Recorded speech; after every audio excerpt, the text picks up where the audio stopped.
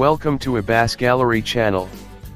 When Nissan brought the original Titan to market for the 2004 model year, it was intended as a coup against the full-size pickup status quo. But it failed to pull many buyers away from the dominant American brands. Years of neglect, with only minor updates over the course of its 12-year run, did this pickup no favors.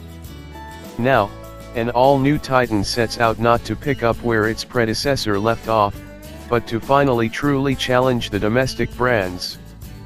Actually, despite its Japanese nameplate, the Titan is an American product, with teams from Tennessee, California, Michigan, Arizona, and Mississippi all contributing to its development.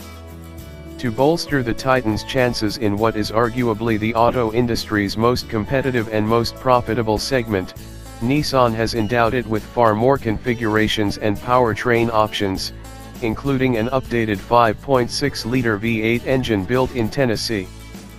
Final assembly happens at Nissan's plant in Canton, Mississippi, alongside its heavier-duty counterpart, the Titan XD.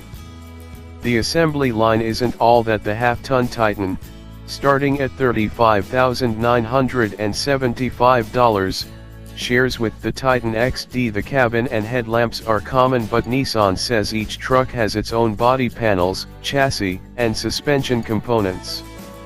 The Titan's wheelbase is almost a foot shorter than the XD's, and overall length is down by 14.7 inches for the Crew Cab model. The styling of the half-ton Titan is certainly inspired by the XD, with a blocky, chrome-laden grille, bulging front fenders, lightly sculpted body sides, and an overall similar silhouette.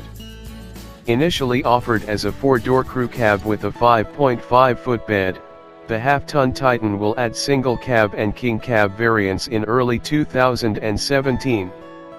Nissan also plans to offer 2 additional engines, a V6 and a diesel V8, but isn't talking specifics about those just yet. We drove both off-road themed Pro 4X and Super Lux Platinum Reserve trim levels. The cabin is quiet and features well-chosen materials throughout. Although the dashboard is peppered with buttons, most of the controls are logically placed. The handsome silver-rimmed gauges are easy to read at a glance. A reconfigurable digital display in the cluster provides a trip computer and shows vehicle information such as tire pressure and fuel economy. A front bench seat is standard on S and SV models. The front buckets that are standard on the rest of the lineup flank a large center console that features 2 deep storage bins and a wide center armrest. The seats are thickly cushioned and supportive and should offer excellent long-haul comfort. Rear seat accommodations are equally plush in these 4-door crew cab models, especially in the leather-lined Platinum Reserve. An optional storage bin under the rear seat is a handy place to stash tools and other small items and provides a wide, flat platform to haul larger items when the bottom cushion is flipped up.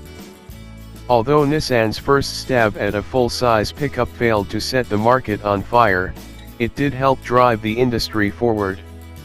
The Ram 1500 can now be had with integrated bedside cargo boxes, an evolution of the in-fender storage bin that the original Titan helped popularize, and General Motors truck twins, the Chevrolet Silverado and the GMC Sierra, offer an in-bed cargo management and tie-down system cribbed from the Nissan playbook.